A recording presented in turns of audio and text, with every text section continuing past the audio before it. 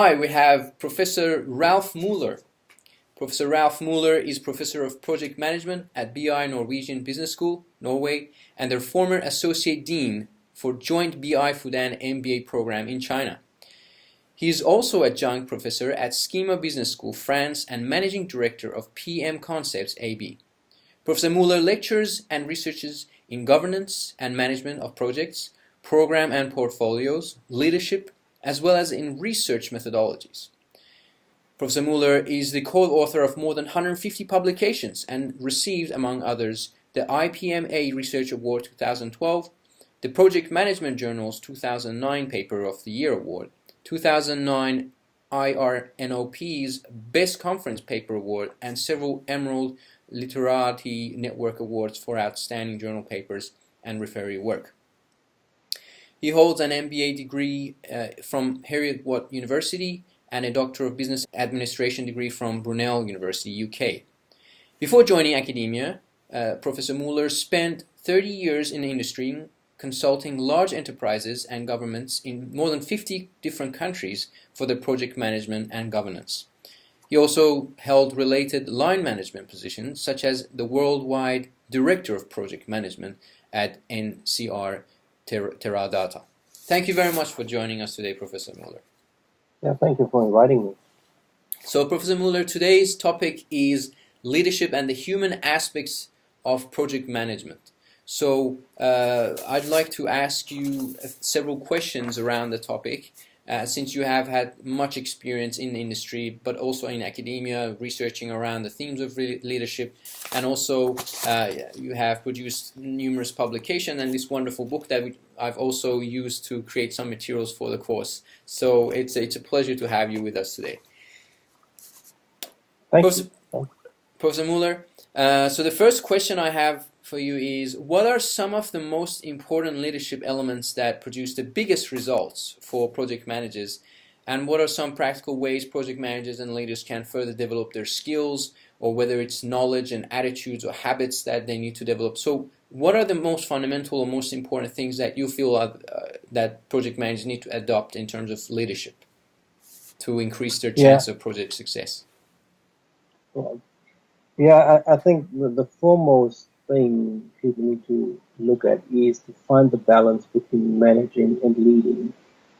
With that, I mean developing a situational sensitivity, which helps to decide on the type of response, whether it's more managerial or more emotional, the type of response to a particular leadership situation.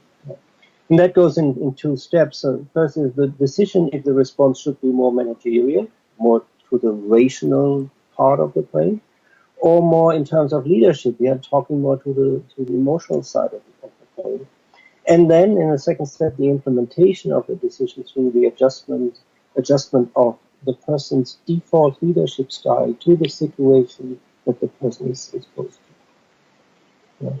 So from this answer to your question, you can see that I have some underlying assumptions when it comes to leadership. Yeah. For example, I think that every leader has a default style. Mm-hmm. For example, we can have a continuum from transactional to transformational, from purely, let's say, managerial, being a control freak and these kind of things, to purely leadership oriented. Yeah. And this particular style that is somewhere on this continuum fits good to a situation, but not to every situation. Mm-hmm. So people should develop a sensitivity when it comes to what style fits best to what situation, so that they can adjust their behavior, but in limits. Yeah, I mean, we can easily overdo this by adopting a style like an actor. Yeah. And doing something that is completely against the personality of the leader. Mm. And that will be spotted or identified or felt by the followers immediately. Yeah. Mm-hmm. So there's no point in doing something that is not really in the heart of the person. Mm. So somebody once said, leadership is being yourself with style And I think this is a very important sentence because, yeah, be yourself. Yeah, adjust your style, but only to the extent that you remain yourself. So be yourself with style is a suggestion that I can just forward Mm-hmm. to. And coming back to your question on what are the important elements of leadership, I see in my research that successful project managers have the highest level of conscientiousness. They know what to do and they go for it. They do it. They implement it. And I think in terms of what people can do to become better leaders in project management, this is something people should focus on. All the successful project managers have highest expression in their personality when it comes to conscientiousness. Right? So this is a very important thing. And on the contrary, then, we have areas where project managers are typically not so good in, yeah, including communication. So project managers are, at least when we take the average, not good communicators. They do not engage easily with words with other people, using words with other people. And this is where we can then gain the biggest bang for the buck when it comes to training. Yeah, a small, very simple, basic training already gives a lot of benefit because communication is so strongly correlated with project success that minor investment in better communication goes straight into the level of success. So if I had $1 to spend on training, I would put it into communication. Communication. Mm-hmm.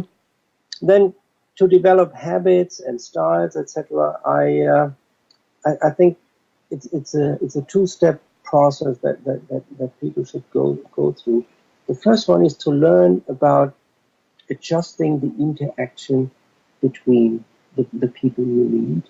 And the other side of the coin is to learn more about your own style and adjust your own style. So, for example, when it comes to style, develop your style by playing around with different styles in different situations so that you get a feeling for what works in what situation you can find out. When it then comes to the development of the interactive part or competencies, yeah, then I can more or less suggest what Goldman said. Yeah, practice empathy. Empathy is so important when it comes to interaction between the people when it comes to social intelligence. Yeah, practice empathy. Look into the reactions of the people you're dealing with. How is their facial reaction? How's their body language? Do people feel comfortable when they talk with you, etc. And find out to what extent is it good to adopt the perspective of the other party, but also where are the limits? Yeah, where shall I stick to my own opinion and not adapt too much to the perspectives of the other party? That's a very good, like your last example was a very important one, because sometimes, let's say a project personnel misses the deadline, but you look at their face and they seem kind of depressed, or they're going through some hard times. So if there is no empathy, then obviously the project manager could lash out and just say, why did you do it? And there'll be even more negativity on top of the problems they have, and they probably have an emotional breakdown, and they will not be able to even function. So, whereas if the project manager has developed some empathy, they look at the person and they say, well, it really looks they're going through some hard time. Maybe we just have a chat. Maybe just need some time. I'll give you some time. It's okay. Maybe just take a break, in fact, so that they can, regain their productivity and be able to get back on track. So empathy, as you mentioned, is probably one of the most important aspects of leadership, to be able to understand people's emotional state and and change the leadership style based on how that person is, so that they can be their best at any moment. And what I was interested in when you mentioned the difference between managerial and leadership, the emotional element is the leadership. So it seems that the emotional intelligence is the core element of leadership. Is that right, Professor Müller? So That's how I see it. Yeah. Getting in sync with the person, yeah, having the emotions touching upon each other, yeah. Getting on the same wavelength. That is at the heart of leadership in my life. And for project managers, so that there's the emotional intelligence, and you mentioned communication. So if you have $1, we spend that on communication. Communication tends to be the most important aspect of project success. So these two, to develop these two things, what's the best way? Is it good for project managers to kind of join Toastmasters, or go to do some kind of classes on emotional intelligence, or what kind of practical steps can a project manager take in order to develop their emotional intelligence and be able to kind of communicate more effectively?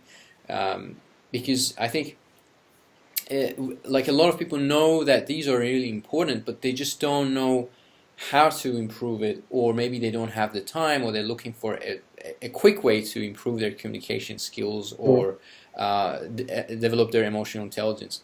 Are there some practical steps that project managers can take in order to do that? Yeah, I think there are. The first thing is being aware of these things. Yeah? Being aware of the big impact that your attitude and your emotional capabilities have on project success and the interaction with people. So, for example, Nicholas Clarkey has written an article in the International Journal of Management Projects and Business on training in emotional intelligence for project managers. And what he found was that it had a big impact. But after a while, the impact diminished. Yeah. So what is important is not only to go through, let's say, a 3-day training and say this is a once in a lifetime thing. Rather than that, go through that training, but then have a kind of a refresher every 3 months or every 6 months or so. Probably the interval between these refreshers can become longer and longer. It's just important that you do it in the beginning up until you have developed the better communication skills, etc. And by the way, if you train emotional or social intelligence, the interaction between people, the communication problem of project manager will solve itself, because it's part of the social intelligence training that you become a better communicator, that you are more open with people. People engage with you much easier, and you like to engage with people much better. And that solves the communication problem in itself. So these trainings in emotional intelligence, social intelligence, they go a long way. They help a lot in overcoming the bad side or the weak side of our project manager, and also develop further the good side of the leader. Exactly. And that's a really, really important point you just mentioned, is that the emotional intelligence is actually connected to the communication side as well. So, so like, if I develop my emotional intelligence, I feel more comfortable with people, and I make people feel more comfortable, so the communication becomes easier. So it makes perfect sense. And also, like, for instance, like for my class, we started with self-management and self-awareness, like at the beginning of the class, because I felt that helps with every other aspect of leadership for the next 12 weeks. Because by being self-aware, I can become aware of my emotions, I can become more aware of how I communicate, and then I can kind of then move into building the relationships and understanding other people's emotions and being able to understand how other people kind of feel and so on, and be able to manage them more effectively. So, so going back to that, and the leadership styles themselves, obviously there are different leadership styles, and as you mentioned, someone can't act too much, because if it's not authentic to them, then it just looks like this person is faking it. And obviously no one wants to listen to that person, because they're saying, well, you know, they're not genuine anyway, so they lose their power. So there's a fine line, it seems, between using different styles, being flexible, but then also maintaining that authenticity while being flexible. Right. So that's a really good point. So thanks for that. So the next question is, you have worked in dozens of countries around the world, improving project management in large organizations and governments. What has been the biggest problems and challenges organizations face, and how were you able to solve and mitigate these problems or guide organizations to improve their processes? Yeah, I mean, there are, of course, the obvious problem areas like overly optimistic planning, vague contracts, and these kind of things. So I saw these things as well. But when it comes to leadership, I think that there are two things that were outstanding. One is the middle managers actually not leading the project managers. Right? So in other words, project managers today are well educated in their profession. They have a whole toolbox of methods to use and techniques at their disposal, and they can manage projects successfully with that. However, their bosses, for example, in steering committee chairs, etc., they rarely ask project managers to apply the best known techniques. Typical example, earned value. Yeah, it's a good technique to control and to even predict the outcome of a project. But if you ask how many steering committee members have ever asked for an earned value report, the number is very, very low. Yeah? And why shall people, project managers, then take the time and do this? If they are not automatically motivated by themselves to do it, if they maybe feel time pressure and don't do it because of a lack of time, then if they are not asked to do it, they will never do it. Yeah. And by way of that, we forgive a lot of opportunities to practice good project management. So middle managers should ask much more for good project management techniques, and I think that's part of the leadership they should exercise. Another problem area, the second problem area that I can think of, are people. Yeah?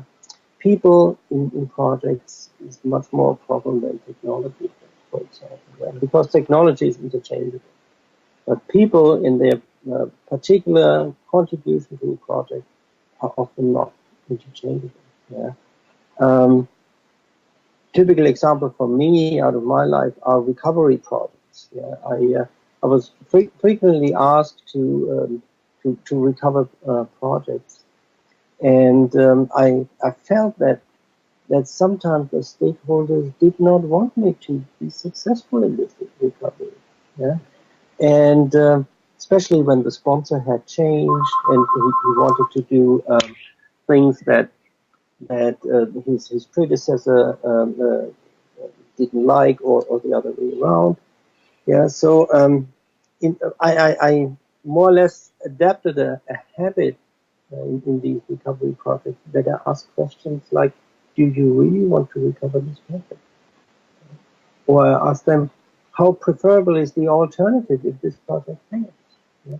So by way of that, I got a feeling for the attitude of the people. And when I felt that they don't really want to recover this project, then I brought it on the table and said, shouldn't we better stop the project here now before we waste even more time in that? And in some cases they said yes. If you agree with it, you as a recovery project manager, then let's stop it here. So the people side is the people side and the people's attitude Mm. is a very important Mm. side Now, as well.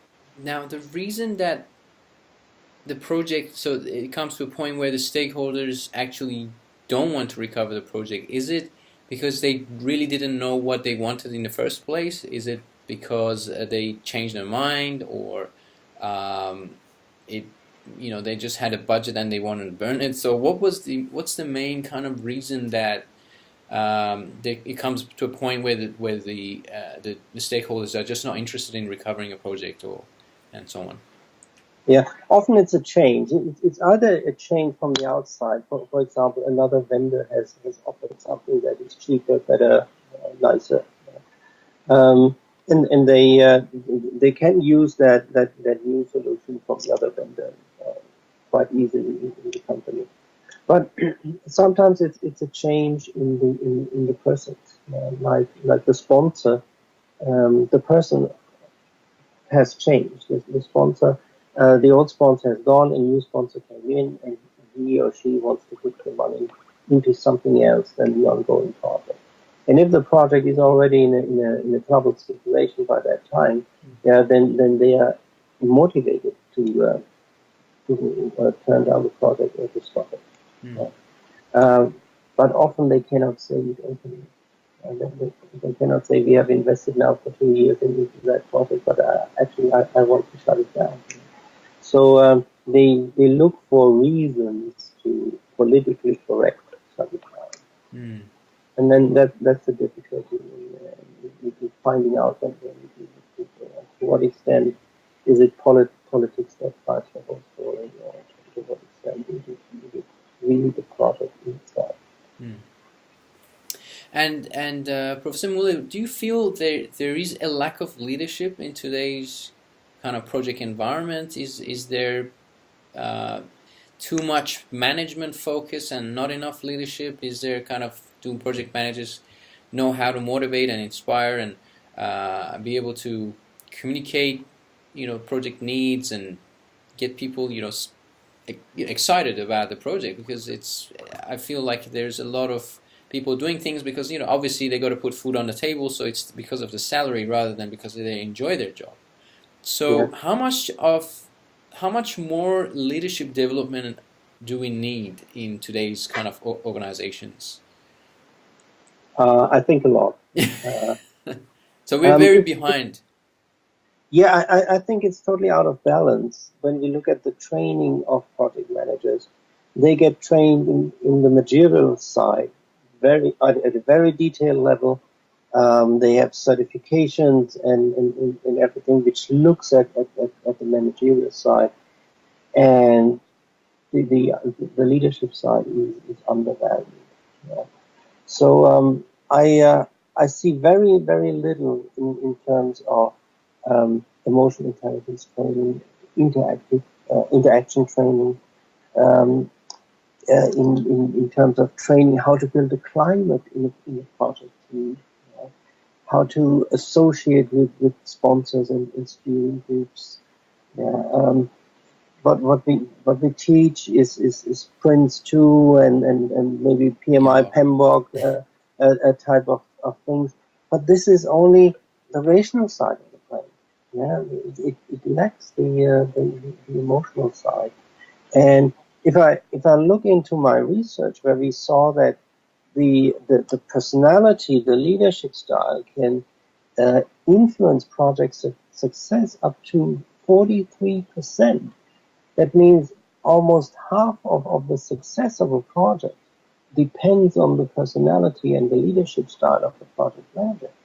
Then I think we are just neglecting the leadership side here because it's so important.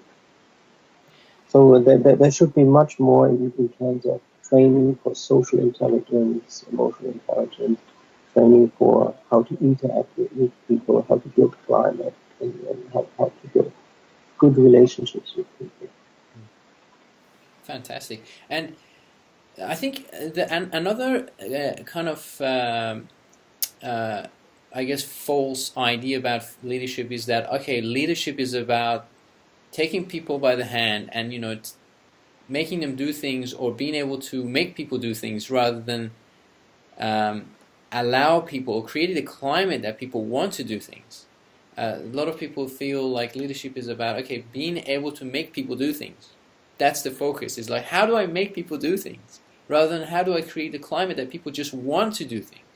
Exactly. And I see this a lot, and people, some people say, okay, but how can you lead people when people don't want to be led?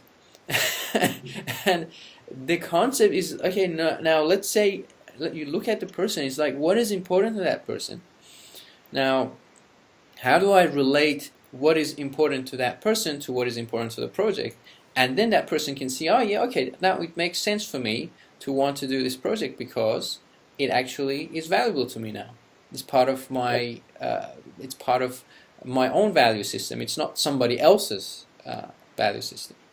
So a lot of the leadership development and a lot of the materials that I present, in fact, are focused on actually looking at what is important to those individuals, having a communication, just sitting down and getting to know those people so that you know what's important to them, and then linking the project objectives to what is important to them, whether it's personal growth, whether it's increasing the knowledge, or whether it's mastering something, or whatever it is.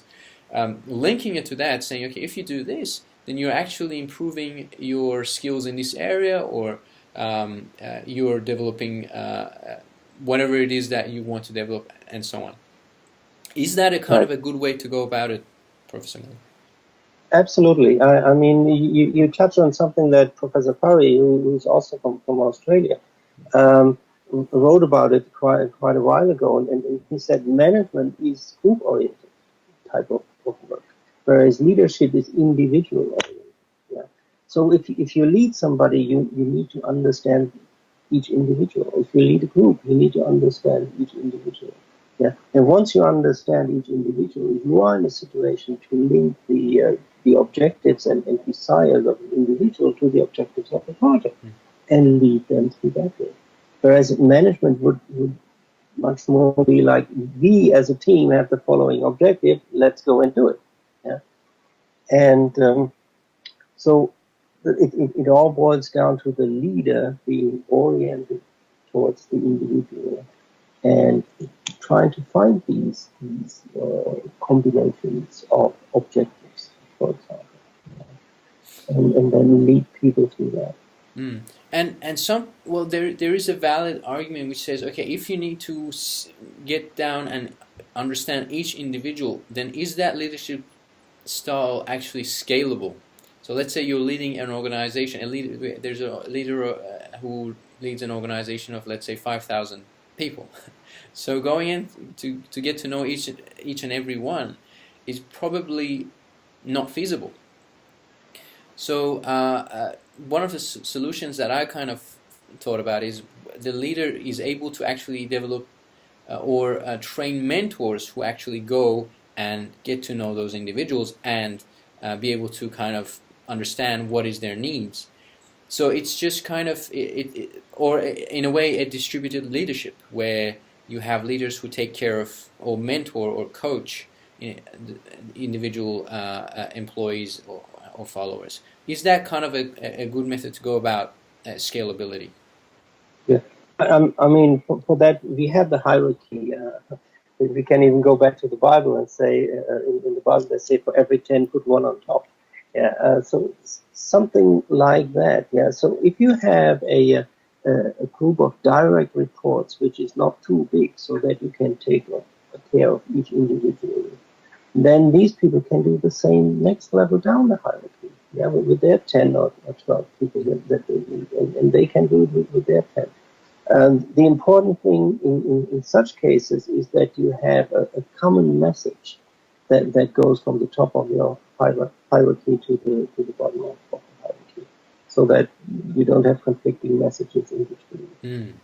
So a common mission, a common statement, a common understanding about how things are done, that is certainly needed in such cases. Exactly. Is it? Are we okay with time, Professor Müller? Can I? Sure. Okay, fantastic. Thank you.